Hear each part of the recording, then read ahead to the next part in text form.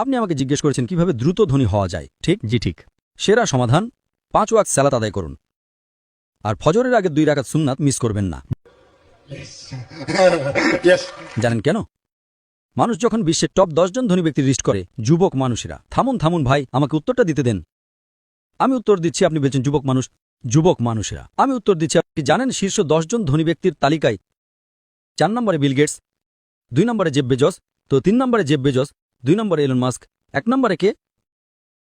একজন মুসলিম যে ফজরের সালাত এবং সুন্নাত আদায় করে, সে এদের চেয়েও ধনী।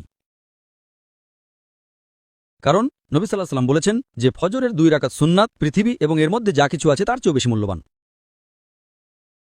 মানুষ এসে বলে, আমি 4 ওয়াক্ত পড়ি, ফজর সালাত মিস করি। আমি বললাম, কেন? আমি সকালে উঠতে পারি না। অন্য সব সালাত সময় মতো পড়ি, ফজর আমি উঠতে পারি না। তো আমি তাকে বললাম, আপনি তো একজন ব্যবসায়ী, ধরুন আমি আপনাকে বললাম কাল সকাল ভোরে 5টায় একটা ব্যবসার ডিল আছে যেখানে আপনি $1 মিলিয়ন পাবেন। আপনি কি সেই ডিলে যাবেন? আপনি বললেন হ্যাঁ, কিন্তু আপনি তো সকালে উঠতে পারেন না।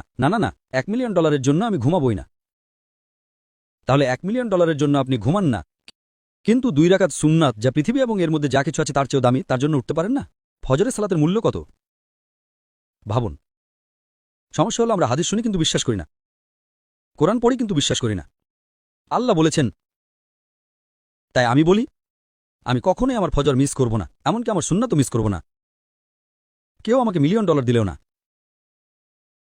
হ্যাঁ, সুন্নাত পড়া ফরজ নয়।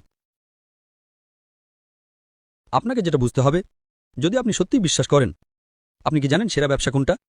আল্লাহ সূরা বাকারা 2 নম্বর অধ্যায়ে 261 নম্বর আয়াতে বলেছেন, যদি আল্লাহর পথে একটা শস্যদানা দান করেন, আল্লাহ আপনাকে 7টা শীষ দেবেন এবং প্রতিটাতে 100টি করে দানা থাকবে।